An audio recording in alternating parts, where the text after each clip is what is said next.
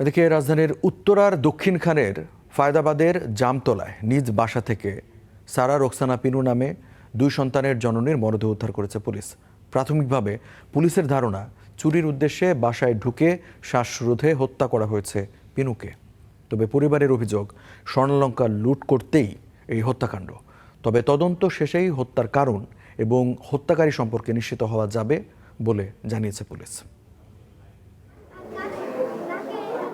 রাজধানীর উত্তরার দক্ষিণখানের ফায়দাবাদের জামতলার এই বাসাতেই স্ত্রী সন্তানদের নিয়ে থাকতেন ঠিকাদারি প্রতিষ্ঠানের কর্মকর্তা মোহাম্মদ সোহেল। স্বাভাবিক দিনের মতোই বৃহস্পতিবার সকালে কর্মস্থলে যান তার স্বামী সোহেল, মেয়েও যান স্কুলে। এ সময় বাসায় একাই ছিলেন তার স্ত্রী সারা রুকসানা পিনু। বিকেলে বাসায় ফিরে স্ত্রীকে ডাকাডাকি করেও কোনো সাড়া পাননি। পরে ঘরে ঢুকে দেখেন মুখে বালিশ চাপা অবস্থায় মেঝেতে পড়ে আছে স্ত্রীর নিথর দেহ। একই সঙ্গে দেখতে পান পাশের কক্ষের জানালার গ্রিল কাটা। স্বজনদের দাবি বাসা থেকে স্বর্ণালঙ্কার খোয়া গেছে। তাদের ধারণা চুরির সময় বাধা দেয়ায় শ্বাসরোধ করে হত্যা করা হয় পিনুকে।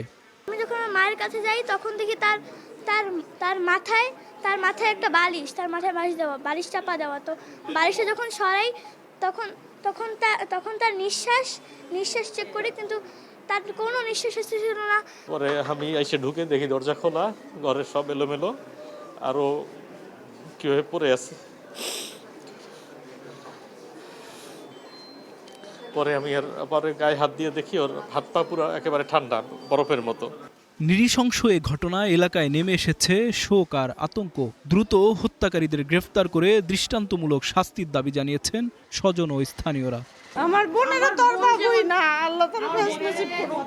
কিন্তু যে এইটাই ঘটাইছে, যে করছে, আমরা সুষ্ঠু তদন্তের মাধ্যমে আমরা বিচার চাই। খুনের শাস্তি তো অবশ্যই আমরা কামনা করি। আর এই বিষয়টা আমরা আতঙ্কিত। এলাকায় ছোটখাটো চুরি প্রায়ই হরহামেশা হচ্ছে। জনগণ যাতে দেখে আর কোনো এরকম না করতে, বাড়িওয়ালারা যাতে একটু সেভে থাকে।